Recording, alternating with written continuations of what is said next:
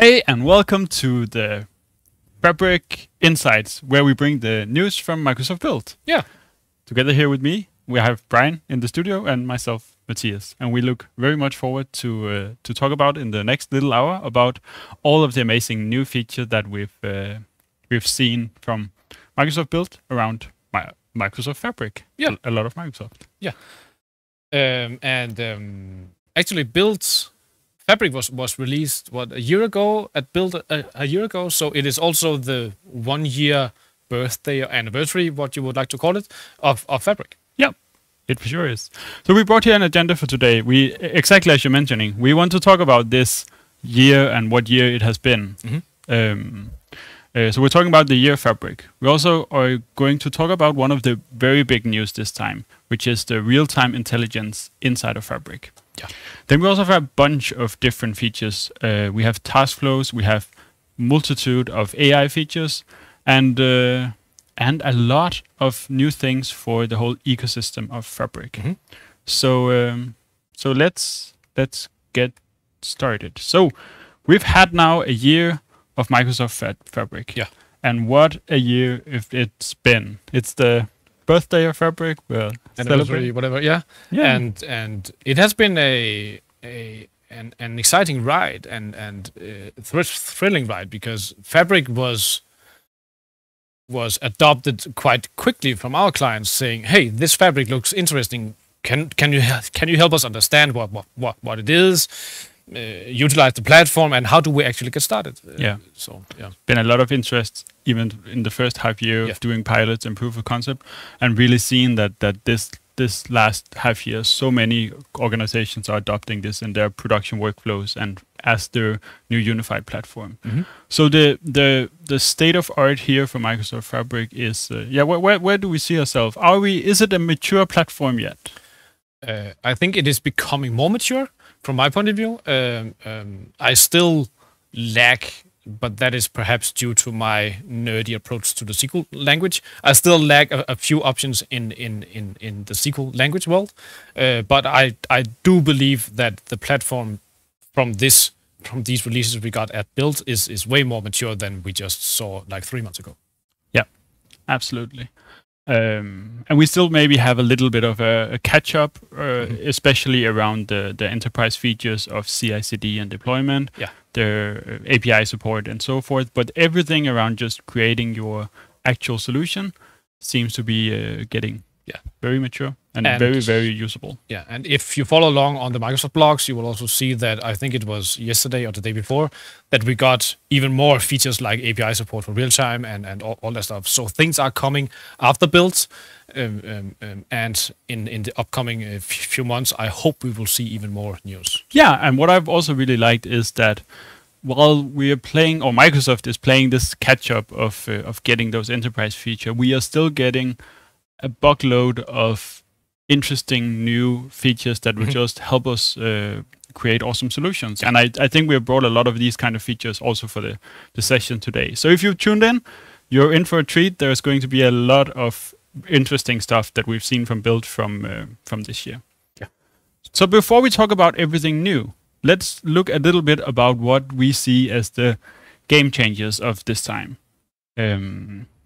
I brought a few of what I believe are the game changers here, and I would also like if you have some in your mind. So let's start with my picks here. I am truly a fan of OneLake. I think Me too. It's been talked about a lot, but I don't believe it's had an even it still feels like it's underwhelming how people are talking about it, because well, the worst I hear is someone saying it's a marketing gimmick or something like that, but I really truly believe in the power of us being able now to collect all of these other platforms inside in one place in Fabric and unify them all. And I've seen it firsthand how cumbersome, complex migration projects, if we were to do them 2 years ago, now can get this intermediate step where we just mount whatever previous platform people are using into Fabric and can let Fabric be that unified platform and nice and easily start migrating the different workflows, the different sub-solutions without the rush of having to move them all as a big bang very quickly. So we can do it much more incrementally and much more in the right tempo in the project. It is also, I don't remember the correct wordings here, but I think I saw communications before build that OneLake would become the one place for all your data without borders and boundaries and brick walls. So no matter what data provider you have, Google, Amazon, and all the other stuff, you will be able to use that data in OneLake. Exactly. So if you show here on the slide exactly what you're describing, we are able to, inside the Fabric platform, we're able to have data from Dataverse, Snowflake, Cosmos DB, Amazon S3, Azure Databricks, and in the future even more Azure SQL, on-prem SQL, and many more. And we can have them in Fabric, and they will just appear as one unified data platform with all your data.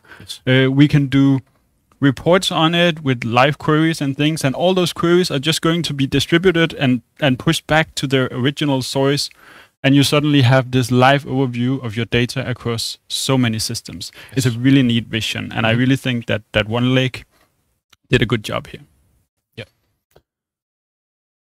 Then I also have the capacity billing, which seems like a mundane thing, and some would even argue that it's a little bit annoying. but I really experienced a very positive pushback from clients, organizations who are wanting to use Fabric, that they really like this cost model. The thing with the capacity billing in Fabric is that beforehand we had to pay for all the individual tools, whatever they were using. So if we used a little bit of Data Factory, we paid for that. If we used a little bit of notebooks, we paid exactly what we were using, which also meant that, as you can see on the graph, that the cost is fluctuating, and it's unpredictable for the cloud version. Whereas in Fabric we have this hard limit of the capacity. We know what we pay. We have the same stable bill every month. And yes, we may pay a little bit for that extra excess capacity that we are not using, but in my experience, that's a pretty good trade-off for knowing what your bill will be month over month. Yes. So it's worked out pretty neatly. I totally agree. That was my two game changers. Do you have any we also should talk about? If anyone out there just follows briefly along my LinkedIn profile, then you will see that I'm a lot into the real-time world. Yeah. And this is also a main part of this stream, that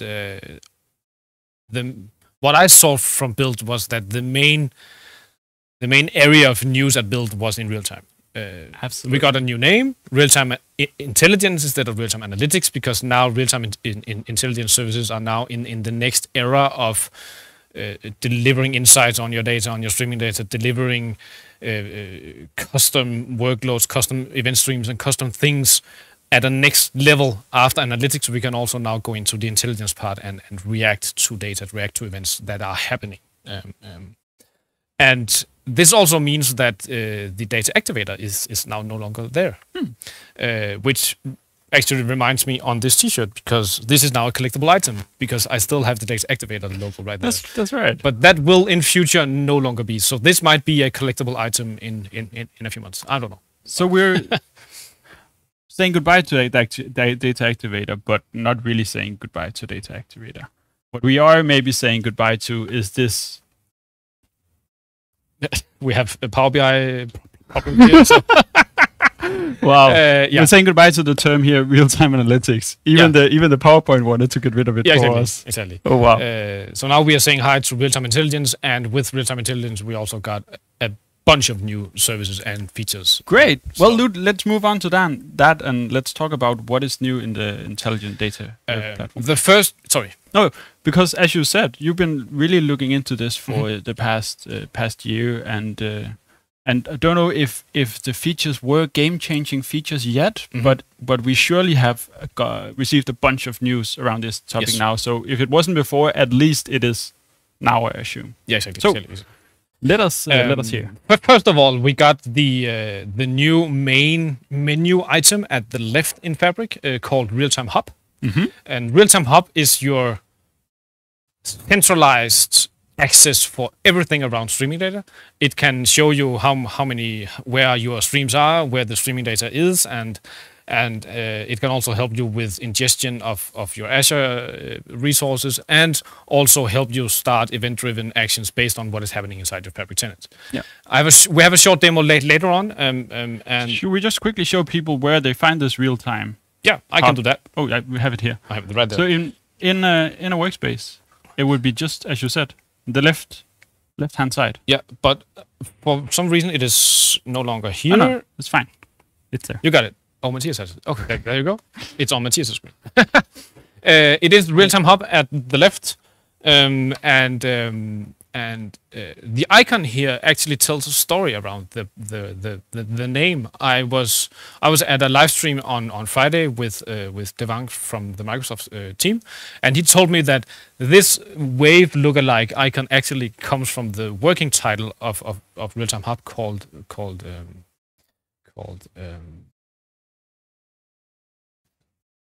Data River. Oh, cool. Sorry, I just lost that. Cool. The one river for your data streams. So the waves is trying to imitate a river. So yeah, and the event hub is that the real time hub is. Let me, if I can click there. The real time hub has 3 elements. It has, if we look at the top, I'll just zoom a bit here. Cool. It has the data streams. It has something called Microsoft Sources and Fabric Events. I'll get back to that to the 2 other ones in a few minutes. If we start at the data streams, this is the first point of entry we get into the real-time hub. This now shows us everything we have around event streams. I'll just scroll down to find my items here, and if I zoom in right there, this is an event stream I have built that has been running for quite a while now, just collecting data to use for demos. It is loading in the New York City taxi data stream from Microsoft. It's a demo data set. Yeah. And it also shows me that just underneath this is not in a given order. So I'm just lucky that the New York City taxi data set is just underneath this. So the entry for data streams actually gives me an overview of what streams do I have and what sinks/destinations do I have around my real-time data. Cool. And not only is it giving me an overview, it also allows me to click on any event, any item, to get an instant overview of what is happening inside my, in this case, event stream. If I zoom a bit here, then at the first thing, the main part, I can see that this is the parent item for my things. I clicked on the event stream, and I'm now being presented with both the upstream, so the ingestion, things where are data coming from, and where is data saved, so the downstream, directly here. And to the right, I will also see what are the incoming and outgoing messages. As this is only ingesting data into my custom database, it is only showing me incoming messages, but when you begin to read data out of it, it will also show you the outgoing messages. On the top, I can begin to endorse it. I can begin to create an alert based on this event stream directly, and I can also begin to preview the data. If I open any other, like a data set, I'll see more or less the same thing, but without the upstream, downstream things, because this is the last thing. This is the parent. But what I will get when I get to a specific table, in the right-hand side, I will get the metadata from that table. What are we talking about here? So we have the real-time hub giving us an overview of everything we have for real-time data streams. Yes, and exactly. dig into each of them and see what they do and metadata on them. Yeah. And I remember on the last Fabric Frenzy streams you and I made, you showed us how to ingest live data from an Azure SQL database. Right. How do we do that? How do we tap into the change data capture? Yeah. With the CDC connector and the mirroring. This is actually where Microsoft and the real-time hub is now also helping us. Oh. If I go to the Microsoft sources, you will see here all the resources from the Azure tenant that I have access to that are real-time capable. So because the mirroring are actually a real-time connection to yes, your exactly. database. Yes, I get a bit of glare here, so I need to. There you go. If I just may, I use your metadata database. Yes, Great. I hope. This is this is an example of Mathias has a metadata database in Azure that I have access to for some reason.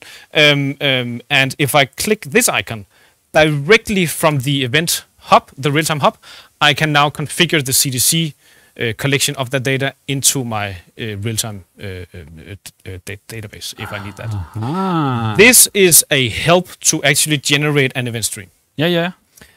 Quite easily with a few mouse clicks, I can generate the event stream to begin to gather the data from your CDC on this Azure SQL DB. So quite awesome. Nice. Yes. Let me cancel this one if I can. There you go. Just cancel. So the last thing I would like to show you is the Fabric events. When we were introduced to Synapse Analytics, we got the possibility to start a pipeline based on a file being stored in a blob storage. Sure. And we all asked Microsoft, "Hey, how can we do this in Fabric?" Yep. And they would just say, "Just wait." But now we don't have to wait anymore. Nice. Now we can start any process in Fabric based on what is happening in a blob storage. So if I click the blob storage event to the right, you will see, and this is only the initial load, you will see all the things that I can now react to. I can see if a blob is created, if a blob is deleted, blob renamed, and so forth and so forth and so forth. So everything that is happening inside an Azure blob storage, I can now listen to as an event trigger and start another. React to it. I can set an alert and I can create some action based on this happening. And if I want to see what kind of information that I can get out of these events, I can just unfold them and I can see all the metadata. That has so many use cases. Yes. But I think for the average user, it can be hard to even grasp what we could do with this because it's so flexible. Do you have any ideas of clear-cut use cases? It could be, if I may just also introduce, they've also released things for Fabric workspace items. So when an item is created, deleted, failed, and so forth, I can also react to this. So this is a completely new thing that I can now begin to start processes based on what is happening inside my Fabric tenant or Fabric workspaces. Use cases for this could be governance. Yeah. How can I govern my Fabric workspaces? What is happening there if someone by mistake deletes an item? I can get an alert saying, "Hey, someone deleted this. This is what is happening and who did it." And if you have a CI/CD workflow or deployment pipelines, you can go back and you can catch that error before you are too late to detect it. Oh, that's really nice. Yeah. And as we just saw in both the streaming hub and the Microsoft data sources, it is just a matter of select create event stream, and then I'm being guided with a UI on what do I need, what would I like to happen when things are happening. What if I wanted to get rid of in something like a data factory pipeline? I'm pulling some new data and I put up a schedule. Maybe I do this every hour or every 15 minutes. Could I skip that whole schedule and just listen and wait? If new data arrives, start processing this data? More or less, yes. Nice. More or less, yes. Nice. Of course, it depends on the origin of data and all that stuff. But I'm a consultant, so I said it depends. But more or less. The first answer, yes. Cool. Yeah. So that was the real-time hub, and if you have access, everyone has access to this. It is right now in public preview, so you might see errors here and there, but begin to play with it. And around costing here, it is the cost here. Whatever you are doing in this real-time hub of creating elements is actually just creating an event stream by the UI.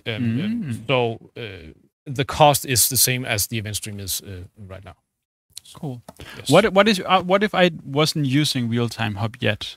Sitting out there, maybe I have a simple data warehouse, data platform, something, and I don't necessarily have IoT data or telemetry data or something. Is this then not for me? Is it for those use cases, or would there be reasons for me to look into this? There would be definitely reasons to look into this because as we saw from the from the Microsoft sources, when I have a database somewhere in Azure that I would like to get data from, you could do it from the real-time hub with a few clicks of a mouse. And the Fabric events actually can now trigger pipelines, notebooks, things to execute based on things that are happening inside your tenant or in a blob storage somewhere in the world. So I truly believe, even though you don't have IoT telemetry on all that type of data, look into the real-time hub. That is also why it is a main part of the left menu item, because it is for everyone to use, even though you are not a candidate of telemetry and IoT devices. Great. So if I want to do something quicker than every day or every hour, something that is reacting in real time, this is for me. Yes, this is. And who wouldn't want that? Exactly. Actually. So this is I see this as a huge addition to the Fabric universe after this absolutely this release. So what else do we have on the slides? Yes, this is the one. We also got a lot of new updates around existing things in real time. We got real time dashboards. Cool. Real-time dashboards is a new option to visualize your data based on the real-time data that you have. So if you have ever worked with real-time, you know that you need to write the KQL, the custom query language statements, in order to select your data and work with it. Every KQL statement can now be, the resource set from that can now be translated into a visual and placed on a standardized dashboard inside Fabric. Nice. And they will update whenever new data comes in. We get updated event streams. I'll show you that in just a few seconds. The real-time hub, we went through that. And we got a new Copilot. Of course, we got Copilot. Copilot everywhere. Yeah, Copilot everywhere. If you have trouble writing your KQL query sets, your select statements, and all that stuff, you can now get help directly from Copilot if you have an F64 capacity or above. We also got the event house. The event house is, when I tell this to people that haven't worked with KQL before or are great at SQL, then I tell them, look at Event House as the server for your databases. In Fabric, we have KQL databases and KQL databases and KQL databases, but now we can consolidate those databases in an Event House. And when databases are part of an Event House, they can talk to each other. Great. I was just about to ask, what do they actually benefit from being part of this virtual server? But they can actually now talk to each other quite easily. So you can do cross-database selections and ingestions. And I don't think we can reach that part today, but imagine that you have 3 databases and you would like to do medallion architecture in real time. Then with the event house, and if those databases are in the same event house, you can now, within a few milliseconds, modify, translate, transcribe, and all that stuff with your data that you're used to between your bronze, silver, and gold layer within a few milliseconds through the event house. That is awesome. Cool. Yeah, that's awesome. So, if I may, I would like to show you some of the things around the updated event streams. Yes, you may. Absolutely. Great. I have a workspace right here, and let me just create a new event stream. Event stream right there. When I create a new event stream, I'm actually prompted to, do you want the enhanced capabilities? We want the enhanced capabilities. I always want the new things. So I would always say yes. Enhanced capabilities. And enhanced capabilities is currently in preview, and it is enabling you to scale up, scale down, manipulate, and govern your event streams in a whole new way. Cool. So let me just do that. Help me follow along here. So what are we trying to achieve with what you're showing us now? What's the end goal here? I am trying to show you what event streams can, and also how easy it actually is to collect data from a data source and to manipulate that to whatever need you have. Great. So you'll show us with the click of a mouse. Collect data and transform it, but not in the batch way, not in the typical way. In the streaming way. In the streaming. So way. when a record arrives, within a few milliseconds, I'll have that in my sync somewhere in the world. Nice. Yeah. Looking forward to it. Yeah. So this usually takes a few seconds to spin up a new event stream.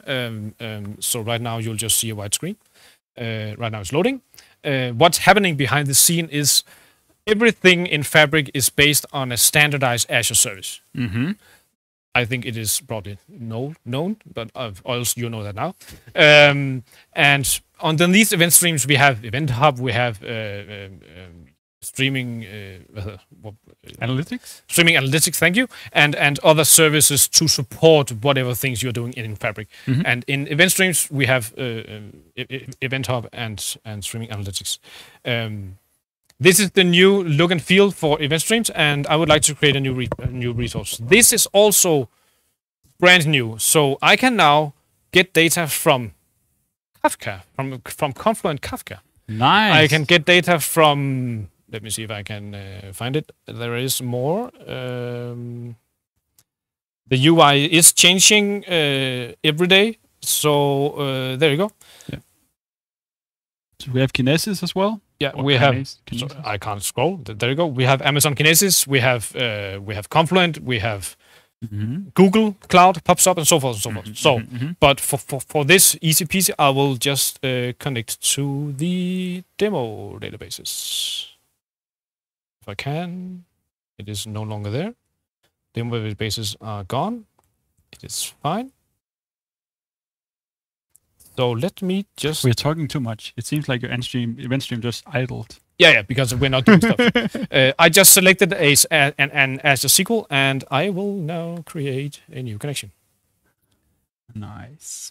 Okay, this will take too long time in order for this demo to work. So bear with me, and I will just show you Put it in this the one. oven, and it's already ready.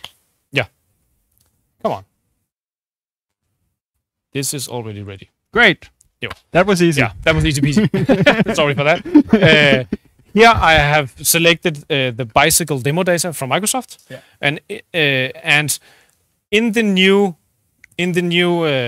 event stream experience, I have either a look at it as give me the live the live things, or I can select to edit it. If I select to edit it, I'm translated directly into a new UI, where for every item here, I can begin to edit the elements.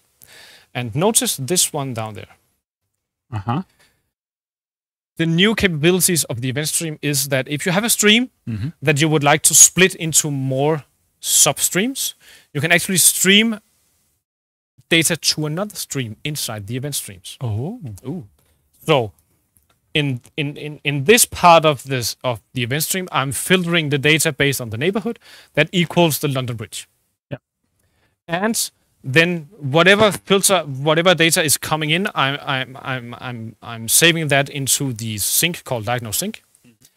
And the London Bridge stream, the London Bridge data is now being streamed to another stream. So if I want to collect every data from this event stream, I can connect directly to the event stream called diagnosing data. This is from Friday's demo. Or if I only want the London Bridge data, I can actually connect to the London Bridge data as an individual event stream. Without having to do filters on the full stream or something, you just have this substream. Exactly. And let me show you, because I can actually find it here. Find it words, London. It is no longer there. I'm sorry, it should have been here.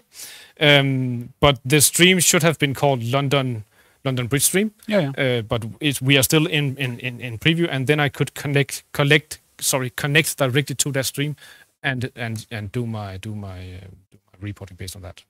Cool. So, and we got a whole lot of new things around dashboarding, Copilot, and things. So, without bypassing the entire session of this, I would hand it over to Before we I'm curious about the real-time dashboard. The real-time dashboard.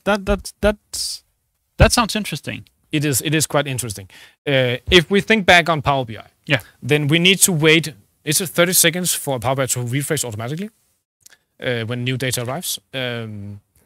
And that might not be sufficient for some organizations needing instant insights to things that are happening. Imagine you have perhaps a huge park of windmills. And before all the wings break off, we would like to have an alert that, hey, this bearing is beginning to sound strange. Please change that. Yep. And the sooner we can change that bearing, the less cost it will have in the maintenance going forward, right? Yep. And we might not have enough to wait 30 seconds to dispatch someone to do stuff. Mm-hmm. The real-time dashboards is now giving us instant insights on what is happening in our, right now, only in our Custo databases, so in our KQL databases, based on the KQL events that are, the KQL statements that are happening. And we can begin to build elements more or less in a, it is not the Power BI look and feel, but you can build elements as with charting and with cards and information cards and all that stuff with instant updates whenever data arrives. Yeah. I mean, for the Power BI savvy viewer out there, they would probably say, I actually believe we can get it down to even 5 seconds. So we can get it down to 30 seconds, could also be a short duration. Uh-huh. I don't think time is the problem, and I think this is actually quite powerful, because if we were to go for like 5 seconds, what would happen every 5 seconds is that all those visuals would have to call whatever database the data is on, Yes. even if it's Custo Yes. or SQL, and it would have to fetch the entire data set, do the aggregation, and then forward this to the visual. Now, this can be quite fast if you have enough compute, and KQL should be able to do this quite fast. Sure. But if you're calling those tables every 5 seconds, getting a large sum of data, that's going to be very, very costly. Yes. Very, very quickly, very, very costly. Yes. So if you instead could turn it around and say, we don't want the visual to refresh itself every 5 seconds. We want it to just pick a single piece of data, get that data, and then update only the change based on that little data blip.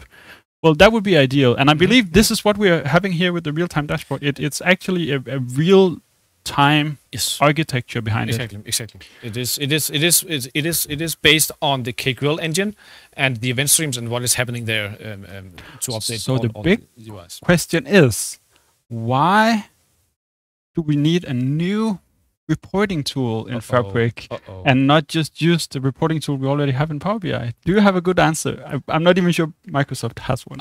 I'm not sure, because this Friday I may have said something that was incorrect, because I said that I looked at real-time dashboarding as the second visualization tool from Microsoft. And on that call, on the live stream, one from Microsoft actually says, we need to drink a beer about that, because that is not the intent for Microsoft. And I still think that Microsoft is building on the story around real-time dashboarding. Why it is there. I know a bit of why it is there. It is to cover, as you just said, the help for only picking the single entry of the record coming in and updating the accordingly visuals. It's going to run faster and better. Yeah. But I'm still waiting, and if Microsoft is following along, please email me, because I would love to hear what Microsoft has take on where does real-time dashboarding fit. Okay. Yeah. Okay. And if you are going to Germany this summer, I will also do a pre-con on that. So we will keep our eyes and ears and watch and see how this develops, because it feels weird to have two different places to do visualizations. Exactly.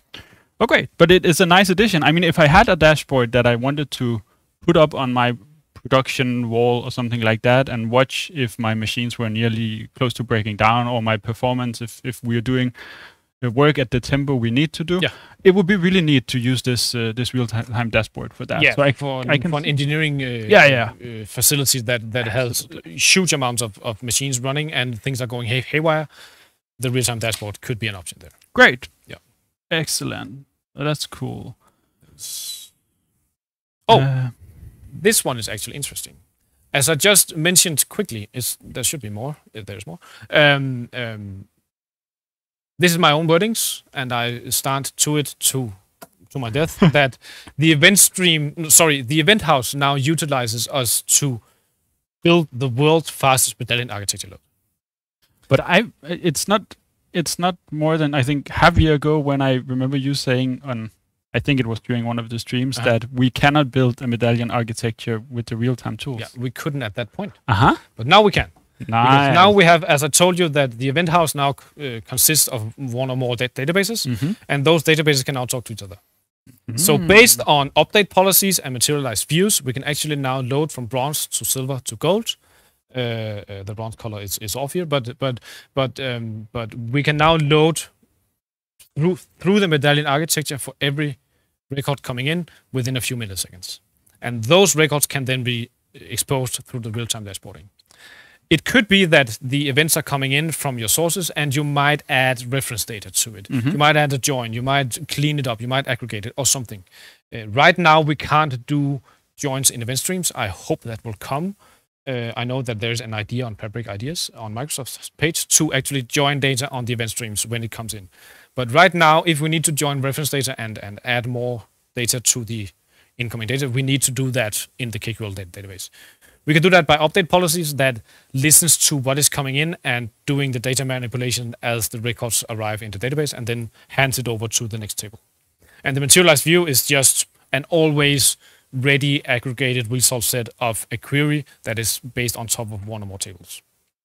It sounds like a really interesting concept and idea. The only concern I have is that the last time we talked about this, we talked about why the fact that we could not do the leader update was such a big blocker, because we had to redesign everything to be incremental and lots of filtering logic behind that. So what has changed around that? We also got deletes and updates.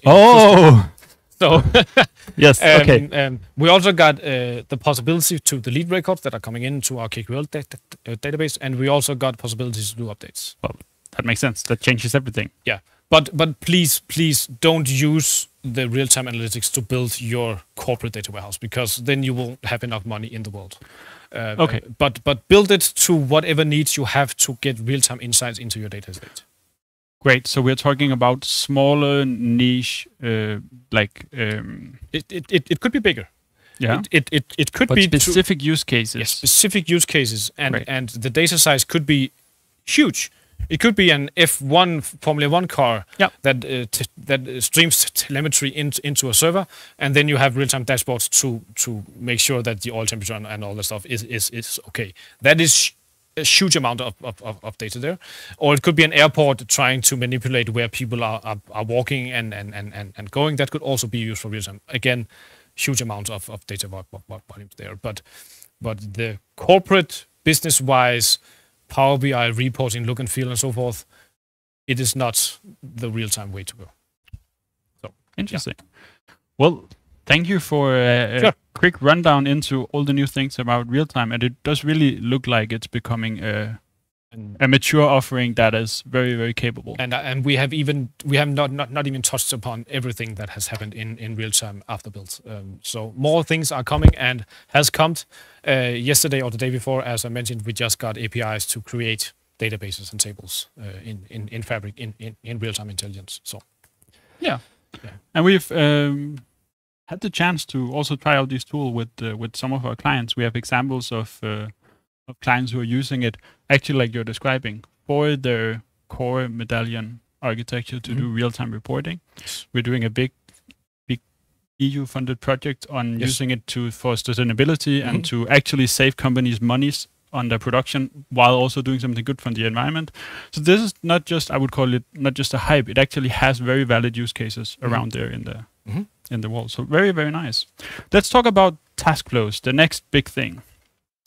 And task flows is interesting because when I first saw this, my initial opinion, do you remember what I said at the time? Why it is there and why not just use folders? Exactly. What do we even have to use this for? And I was a little bit hesitant on trying it out. And I actually think you need to sell this to me because I'm not. What is this? I can try. I can try. Thank you. It's hard because I didn't myself recognize the value before I started using it. Okay. So the thing is, I was building a little solution to do monitoring of Power BI itself and Fabric, checking workspaces and ownership of workspaces and what workspaces were hosted by which capacity. Simple monitoring stuff. Put together a little solution, And then I figured, let me just try to put a task flow around it to help demonstrate for the client what exactly does the solution do, how does it work, whatever, and see how long time that took. So to my surprise, as you see here, I set up a few boxes of getting data, a monitor hub, and reporting. So I can't, sorry. And added items to each of them. Yeah. And what happened is that within, honestly, 5 to 10 minutes, there was an overview of what happens in this workspace, what the solution is doing. There was descriptions for each sub-step. Oh, so I can do commenting on you can every do commenting box on all the boxes. So you have kind of a self-documenting solution. We don't need to go and write a Word document to explain what this is doing, because the solution itself now tells me what it's doing. And more than that, as you see on the artifact list in the bottom, each of the actual tools that we use, the pipelines, the lakehouse, the data set, and the report, they are also tagged with what task they belong to. So when I go... This one there. Yeah, so when I go into this solution, I can very quickly get an overview of what everything is doing, in what relation is doing it, and I can focus in on a specific subtask. Okay. So it's a great helper to get an overview of solution, even though it technically doesn't do anything. Yeah, it's just an abstraction level on top of all your items. Yes, it's and this is somewhat simple. So you have a get data, you have a monitor hub, and then you have some reporting. Can I add more complex task flows? I'm glad you're asking. We didn't even script this, so I'm just... Let's jump into a demo here where I prepared a more complex workflow than this very simple solution. So as you can see here, I'm going to zoom a little bit in for you guys. We have something here where we're collecting high volume data together with low volume data. So high volume would be pipelines or streaming. Low volume would be maybe data flows or data dumps in CSV or something. Bronze data, processing of the data. Silver, further transformations. Golden, and then finally serving to machine learning and data visualization. A big complex set of things. And I can actually even say I want to start from scratch. So if this is not what I wanted to do, I could go and say, well, we're going to delete this. This is not what we wanted to do. Gone. Oh. So I create a new thing. Where's my button? There. And I can get some inspiration here. So the UI is not to create a new one in the top left, but to click the green one. Yeah. Okay, great. Got it. So I can get some starting. I could do my general solution where I just go from scratch and add activities, but I can also be inspired by something that already exists. So let's say we want to do some complex Lambda architecture with real-time data. I can click this Lambda and I can select it, and it will also already help me schedule and show what a good setup could be. Then I can go to each of the activities and say, well, for real-time... This is helping us to understand the best practices. It is, and it's helping us to build the solution. So I'm looking at you now, the expert of real-time data. So we want to do real-time data ingestion. I click new, and it's already suggesting me here, well, maybe you should use an event stream. I would also use an event stream. Yeah. Great. I'm totally there. We are agreeing with the tool, and I can click it. If it works, there you go. And I can give it a name. And we can use enhanced capabilities. Yes. Yay. And it starts creating the thing. It can go back, and I'd already here... So then, what about the mapping then? So when I click the green box to real-time, it is already mapped. It's already mapped. So I can go to the next one and say, well, now we want to do some streaming data storage. Sorry, it's a...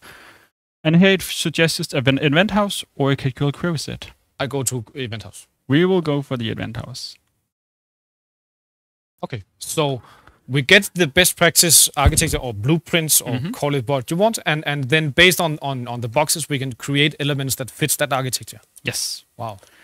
And it can help us build it out the right way, and we can have support from expert fleshing out the overall workflow, and then a business user or newcomers in the industry would have an easier time creating the right solution.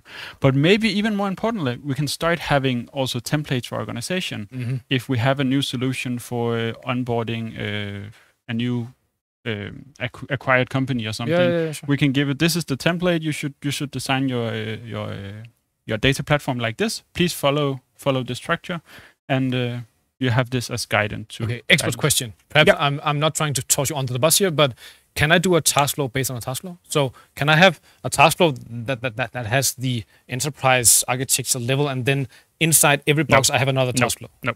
Okay. Not a possibility. I'm not speculating if it will be, but it's not part of the feature set we have now. Okay. But what you can do is that once you've added activities to all these boxes, you can actually also use it for organization. So if I wanted to dig into what components are inside my real-time ingest, I can click it, and it will filter my components down here to be only those. Nice. And all of these steps has a description for name. It has a description for text, so we can explain what's going on in all of them. So.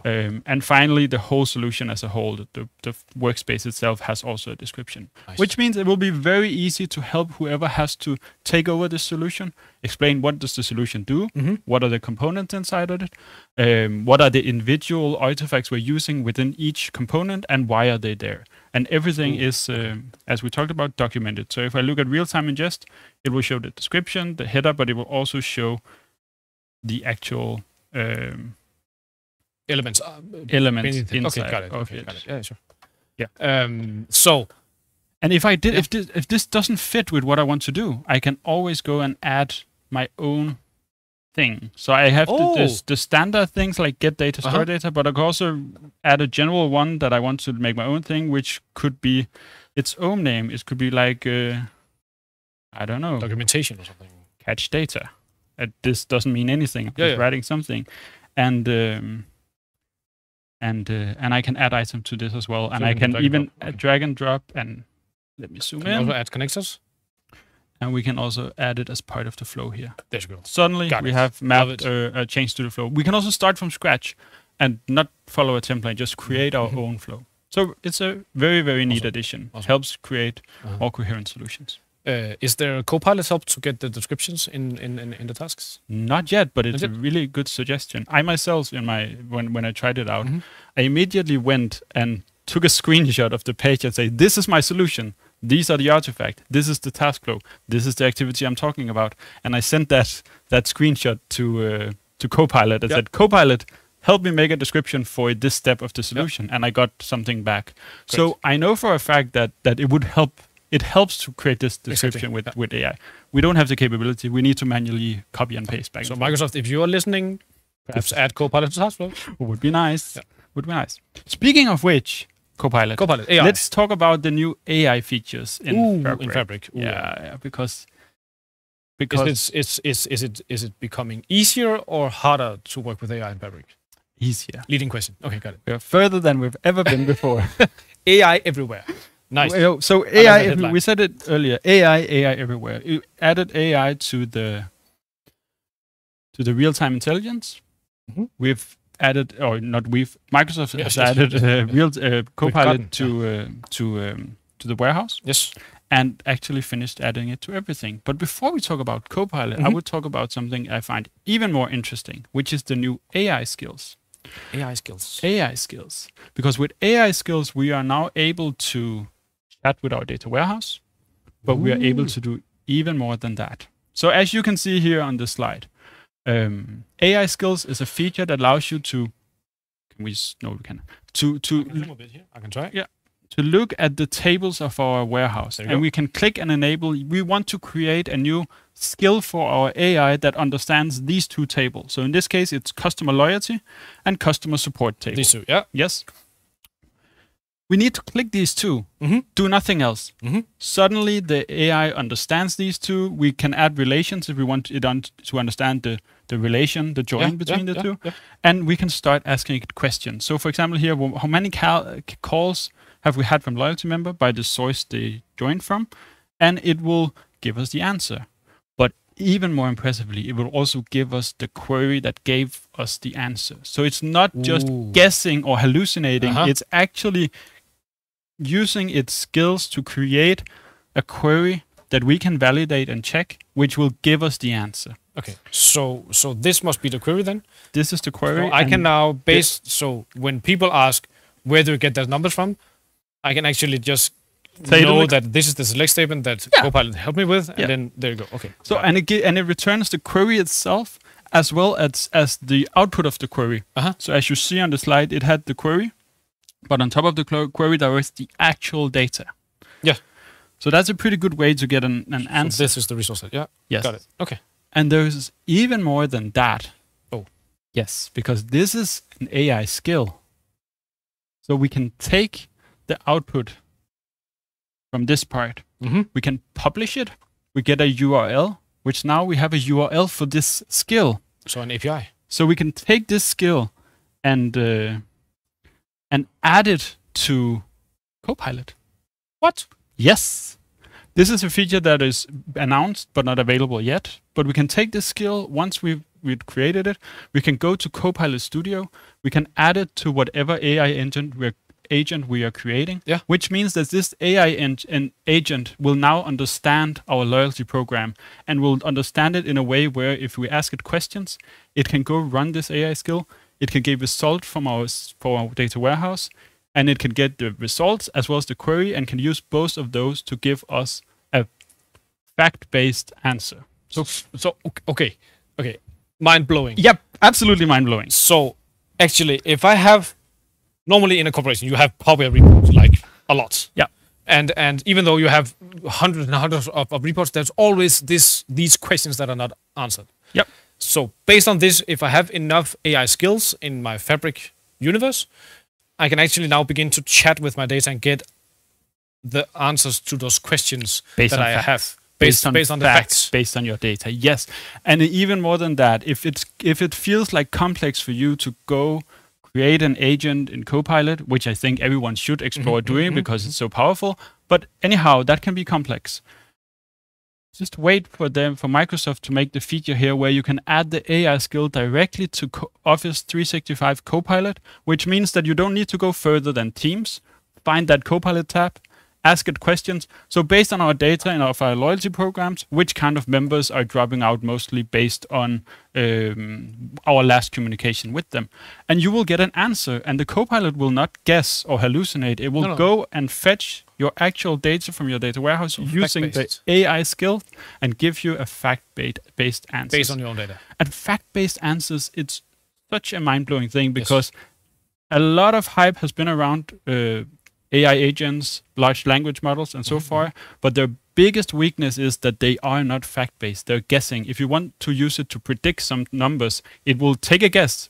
Not much more valid guess than if you asked your 6-year-old or 7-year-old to take a guess based on this number. I mean, maybe a little bit, but it's not fact-based. It's guess-based. It's statistics-based. Yeah.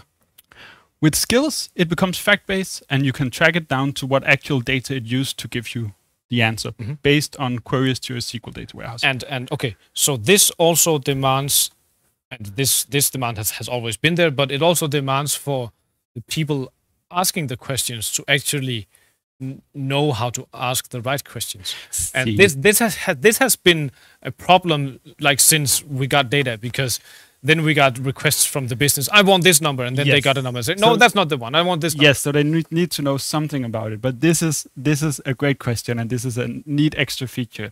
If we can zoom in on the model behavior part, you can see it's to the right. There's actually a notes for the model. This one, yeah? Yes. So if you, for example, want to tell the model that in our organizations, we usually don't use the term revenue. Instead, we call it cash performance or whatever weird scenario. You can actually tell the model if someone is asking about this is related to this kind of data. So you can actually help the model understand the questions it may be asked. Okay. All part of this simple setup. And all you need to do here is 2 clicks, perhaps write a note for the model, deploy your AI skill, and then you have your skill. And then get your M365 admin Copilot something to add that skill to Copilot. That's a feature we don't have yet. Yeah, but it is on the roadmap. It's been demonstrated. It will come. So right now we can start creating the AI skills. We can use them here in the UI. We can use it with Copilot Studio, and we will in the future be able to just embed it into our Office 365 Copilot, so everyone in the organization can ask its skills and utilize our data much better. So honestly, for me, this is the pivotal moment. I've had a lukewarm feeling about the use of LLMs in data. I mean, large language models. Yes, AI models. Yes, had to do a lot of work preparing the data, feeding it through APIs, getting results, fine-tuned, prompt engineering, chain of thoughts. There's so many concepts to fix to make this work. And sure, those are still applicable if you have complex cases. But here we have such an easy way to let the AIs, the generative AIs, speak on behalf of our data and actually use our data for the answers. I think this is groundbreaking. Yeah. It's game-changing. Yeah. And on top of that, so that was the AI skills. On top of that, like we talked about, Copilot is now part of every Fabric experience. So in the data factory, in the warehouse, in data science, real-time intelligence, and Power BI, we have Copilot everywhere helping us do our work better and faster. And later on in the time period from the releases at Microsoft, the connection between these 5 Copilots and the Copilot in Teams, we get that connection later on. Great. So definitely AI everywhere. And if that wasn't enough, we also have a huge focus from Microsoft on their whole ecosystem. So they partnered up with Databricks, with Snowflake, and with Adobe, and they really made Fabric that one platform to host and collaborate with those others. But they did a lot more than that. They also realized that if Fabric really needs to shine as the operation system for your data, as that one unified platform, Microsoft themselves is a bottleneck. They cannot keep up with all the wants that people have around data quality systems, about process mapping, about so many other things. But what they can do, and what Microsoft do best, is open up the platform for partners to start developing tools. So they now opened up Fabric for all sorts of partners to make their own tools inside of Fabric. Wow. So this is not about opening the data, exposing it through API. This is about actually giving developers the opportunity to create their own solutions, artifacts, things in Fabric, and it communicates with Fabric, but it also lives inside Fabric and you can use it. So just like you have third-party visualizations in Power BI that lives inside pure Power BI, and you have applications for Power BI, monitoring solutions and so forth, you now are able to add your whole custom third-party solution inside Fabric. And manage it inside Fabric. And manage it. And right now, this doesn't mean much because we don't have many solutions. But it means in the future, we will see this whole range of, as you can see on the slide here, whole range of workloads that will be entering Fabric. And I think this is just the beginning.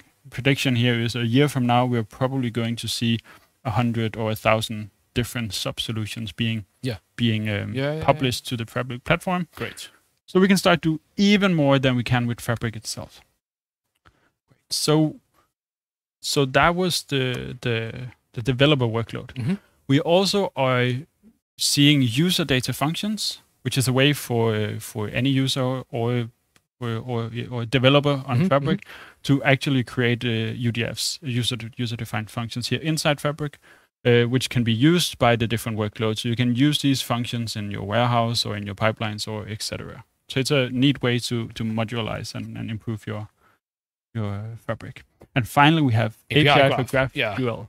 I missed this news. I didn't see how big of a news it was because I thought this was a new, quick way to query our metadata in Fabric. But it's not. It's a way for us to just one click and then our data warehouse or lakehouse is exposed through a GraphQL externally, which means that by just going here and clicking and adding a lakehouse, the next step for me is to add this code to my web solution. And the next step here is I suddenly have a web solution that when I interact with it as a user, it fetches data from. So you're actually interacting with Fabric. So you're actually interacting with Fabric through web applications. Wow. So now we have definitely bridged the gap, or Microsoft has bridged the gap between the data of Fabric and application development. This is going to be huge. And finally, in the last minute, for this one is a brief little thing to end on. We have something as boringly called as Native Execution Engine for Fabric Runtime 1.2. Parenthesis, Apache Spark 3.4. It sounds just like I updated the Apache Spark engine. We're not going to go in technical details, but what it is, what you see on the slide, is it's like the Roadrunner for Spark. It makes in a lot of the benchmark cases, it makes it run up to 4 times faster. Or actually, I think the lowest of the workloads was 4 times faster. So 4 times or more faster without having to change anything in your platform, besides clicking a little setting on, and that's it. So if you haven't already explored this and you missed it because it sounds so boring, check it out. It's an amazing addition to Spark. Good.